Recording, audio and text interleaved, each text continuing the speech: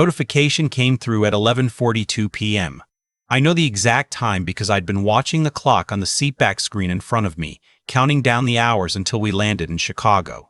6 hours and 17 minutes remaining. I was somewhere over the North Atlantic, 35,000 feet above water, and my phone shouldn't have had any signal at all, but the Wi-Fi on the plane was working, and that's the only reason I saw it. It wasn't a text, it was a voice memo sent through iMessage, 14 seconds long. The sender was my son Tyler. He was 11 years old, and he was supposed to be spending the week at my sister-in-law's place in Downers Grove while I was wrapping up a project in London. I put my earbuds in.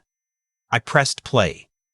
I heard breathing first, shallow and quick, like someone trying not to make noise. Then his voice, barely above a whisper. "Dad, if you get this, I don't have much battery." Aunt Joanne took my phone. I found Uncle Pete's old iPad in the garage. "Dad, I'm in the basement. They locked it. I've been down here for I don't know how many days. I'm really hungry. Please, please come home." 14 seconds. I played it again. And again.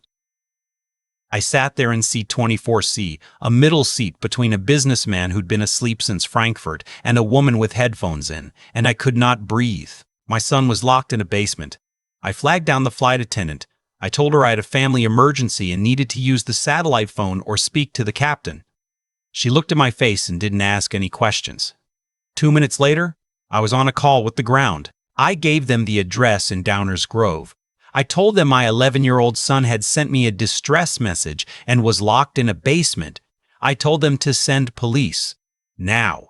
Not in a few minutes. Now. Then I sat back down in seat 24C, and I watched the map on the screen in front of me, the tiny plane icon, the ocean underneath it. 6 hours and 4 minutes remaining. I want you to understand what those 6 hours felt like. I am a 43-year-old man. I have worked construction sites in bad weather. I have dealt with difficult clients, difficult contracts, difficult everything. I have been through a divorce that nearly broke me. I thought I knew what it felt like to be powerless.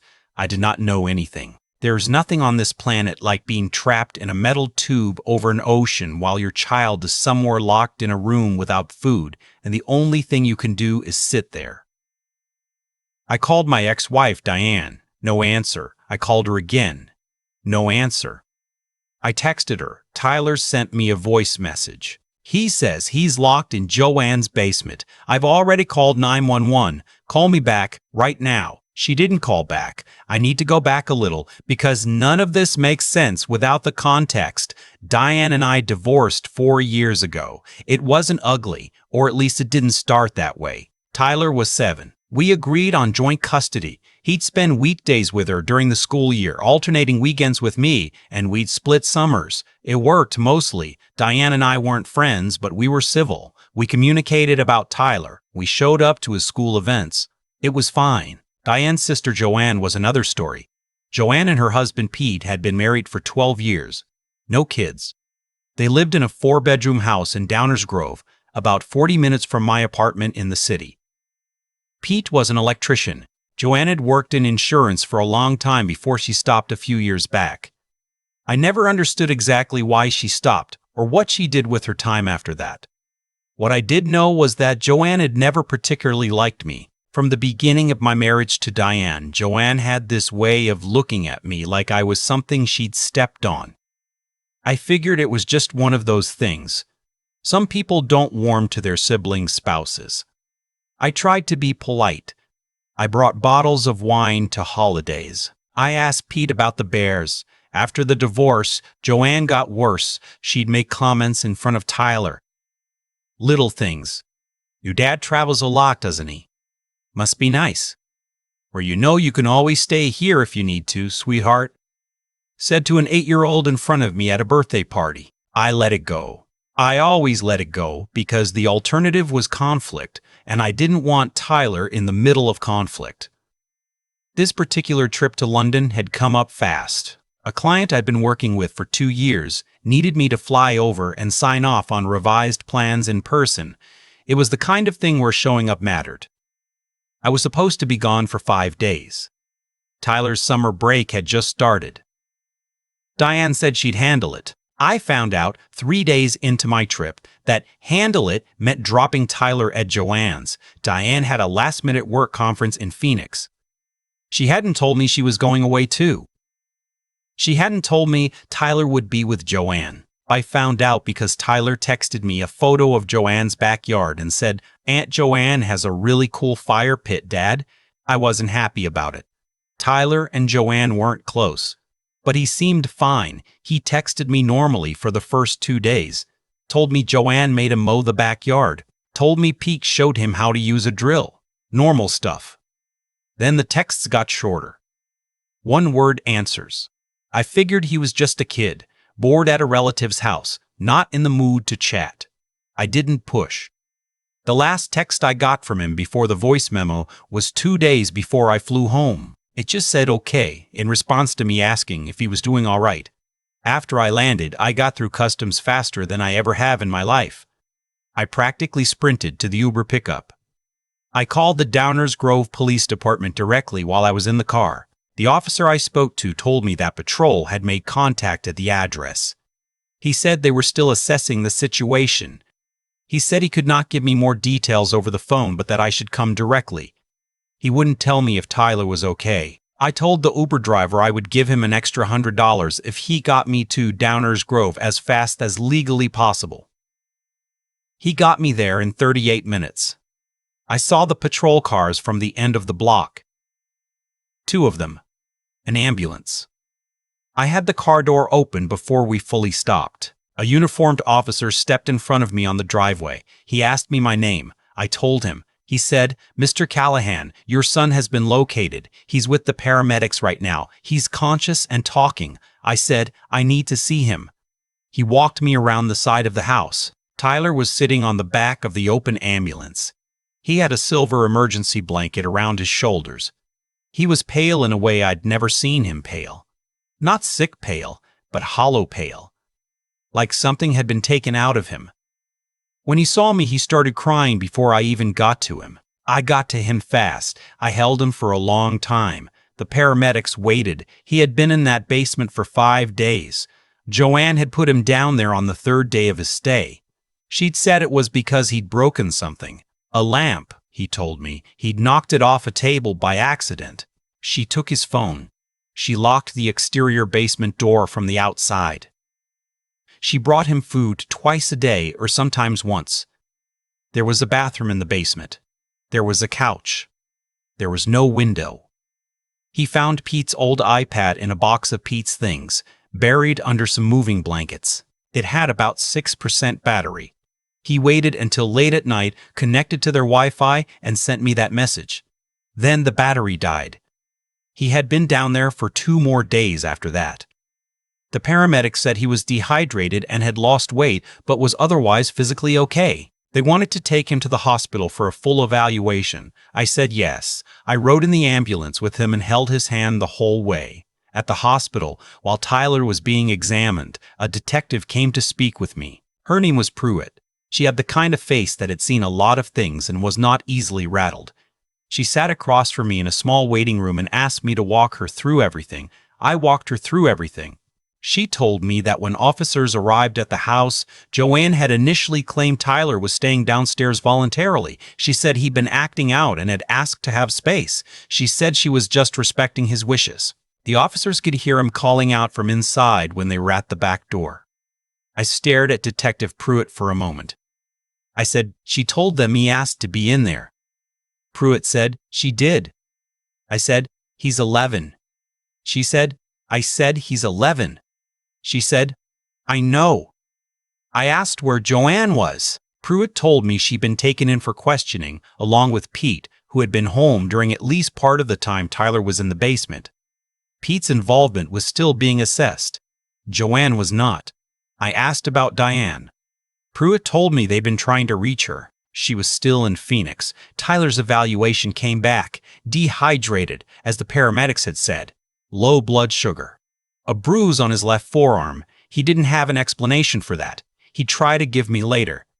The hospital social worker spoke with both of us. She was kind. She had a box of graham crackers that Tyler ate with the focused intensity of someone who hadn't had enough food in days, which he hadn't. We stayed at a hotel that night, close to the hospital, because I didn't want to take him anywhere near that neighborhood. He fell asleep holding his room key card like it was something that needed protecting. I sat in the chair next to his bed and I did not sleep. I called my attorney at 7 in the morning. Her name is Faye Okafor, and she is very good at her job, and she did not sound annoyed that I was calling early on a Thursday. I told her everything. She told me to document all of it. She told me to get copies of the hospital records. She told me we'd be filing for an emergency modification of the custody order as soon as the court opened. Then I did something else. I want to be honest about this part, because some people might have a reaction to it.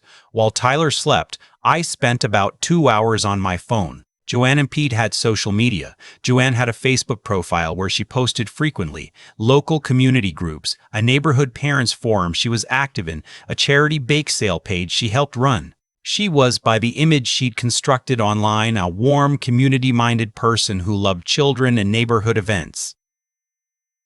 I wrote out what had happened.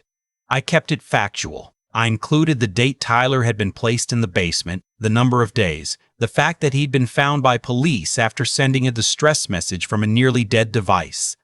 I included the hospital documentation I already had photos of. I posted it to 3 of the local community groups Joanne was active in. I sent it to the Neighborhood Parents Forum admin with a note explaining who I was. I forwarded the whole thing to the insurance company where Joanne had previously worked, because I remembered she'd mentioned an old manager she still kept in touch with, and I found him through LinkedIn. I wasn't doing it out of rage. Or maybe I was, a little, but I was also doing it because Tyler's voice on that 14-second recording didn't sound like a child having a rough week at a relative's house. It sounded like a child who had been told that nobody was coming. And I wanted the people who smiled at Joanne, at bake sales and community meetings to know who they were smiling at. By the time Tyler woke up and asked for pancakes, I had 63 notifications. Diane called me at 9:30. She was back from Phoenix. She'd seen the posts. Her voice when she spoke to me was something I'd never heard from her before. Not anger, not grief, but something in between. A kind of fracturing, like a sound a wall makes right before it comes down. She said, "Tell me what happened." All of it. I told her. She didn't say anything for a long time. Then she said, "I didn't know." I said, "I know you didn't." That was the truth. I'd had a lot of hours to think about it, and I believed her. Diane made a bad call leaving Tyler with Joanne without telling me. She should not have done it. But she didn't know what Joanne was capable of, and I don't think she would have left him there if she had. That's a distinction that mattered to me and still does. Joanne and Pete were both charged. Joanne faced the more serious charges: unlawful restraint, child endangerment, reckless conduct. Pete's charges were lighter because investigators determined he'd been away for most of the time Tyler was in the basement and had not been informed of the full situation, which I still have mixed feelings about. He was there for some of it. He knew something was wrong, but the legal system assessed it the way it assessed it. Joanne took a plea deal. She was sentenced to 3.5 years. She served just over 2.5 before being released on good behavior. I'm not going to pretend that number felt like justice. Tyler spent 5 days locked in a basement. Joanne spent 2.5 years in a minimum security facility. The math never balances when the victim is a child. The custody order was modified. Diane and I worked with our attorneys and a family court mediator over the following 3 months. I won't go into the full details here because some of it is still technically part of an ongoing record, but Tyler's living situation changed significantly. I have him most of the time now. Diane sees him regularly. We have found a way, over the past few years, to do better at this than we did before. I think almost losing Tyler to something neither of us saw coming forced both of us to stop playing defense with each other. Tyler was in therapy for a year. His therapist was good. He's 15 now. Last month he told me he's thinking about studying criminal justice. He said he wants to work with kids who've been through difficult situations. He said it matter-of-factly, the way he says most things while eating a bowl of cereal at my kitchen counter. I didn't say much. I didn't want to make it a moment and embarrass him. But I thought about that 14-second message. 6% battery. His voice barely above a whisper, not wanting to be heard through the ceiling. The way he still said please at the end, even then, even locked in a basement, hungry, not knowing if I was in range to receive anything, he still said please. They wanted him to be someone who didn't believe help was coming. He sent that message anyway. I don't have a clean lesson to wrap this up with. I'm not that kind of person. What I have is this. Your kids know things. They pick up on things adults convince themselves aren't there. Tyler knew something was wrong with that situation from the beginning. He told me later he felt uneasy as soon as Diane left, but he didn't know how to name it, didn't want to complain and be seen as difficult. Listen when they can't name it. Listen to the short texts. Listen to the okay that comes back when you ask if everything's fine. I was 11,000 miles away, and my son found a way to reach me on 6% battery and 14 seconds. The least we can do when we're in the same room is pay attention. I've thought a lot about what made Joanne believe she could do what she did. Not to understand her. I stopped trying to understand her a long time ago. But to understand the conditions that let it happen. She had built something carefully over many years. A reputation, a presence in the neighborhood, bake sale pages, community groups, the warm smile at holiday dinners, and beneath all of that, a habit of control that nobody had ever made her answer for, because nobody had looked closely enough or long enough to see it clearly. That's how these things persist, not through extraordinary evil, but through ordinary invisibility. Tyler paid for that invisibility. 5 days in a basement, rationing the last 6% of battery on a borrowed iPad, whispering so he wouldn't be heard through the ceiling. 11 years old, and already having to be smarter and braver than the adults who were supposed to keep him safe. That's the part I come back to. Not what Joanne did, as ugly as it was. What Tyler did. He didn't panic. He didn't give up. He waited for the right moment, found the one tool available to him, and used it with everything he had. 14 seconds. That's all he needed, because he still believed, even then, that someone was listening. I think about the kind of person it takes to hold on to that belief in a locked room. It isn't something you're born with. It's something that gets built, slowly, through years of being heard when you speak, being taken seriously when something is wrong, being shown by the people around you that your voice has weight. Tyler had that. I hope I gave him some of it. I know he built a lot of it himself, and I think about what happens when a child isn't given that, when the adults in their life teach them, consistently and quietly, that speaking up doesn't matter, that the right people won't come. Joanne's actions weren't just physically harmful. They were an attempt to install that lesson in Tyler permanently. Nobody is coming. Your voice doesn't reach. That's what 5 days in a basement without explanation is designed to teach. It didn't work. And I think that failure, Joanne's failure to break him, is the most important thing I can tell you about my son. What I've learned on the other side of all of this is that the choices we make when nobody is looking have a way of finding light, eventually. Joanne spent years building a careful surface, one iPad, 6% battery, one 14-second message, and it was gone, not because the universe intervened, because Tyler refused to be quiet. The same principle runs the other direction. The years I spent showing up for him, the texts I answered, the flights I rearranged, the times I drove across the city because he needed me, those weren't wasted effort. They were the reason he believed, in that basement, that sending the message was worth trying. Cause and effect, nothing dramatic about it. Just the long, slow accumulation of what we choose to do. He's 15 now. He wants to work with kids who've been through hard things. He told me this while eating cereal, like it was obvious. Maybe it is obvious to him. He knows what it feels like to be in the locked room.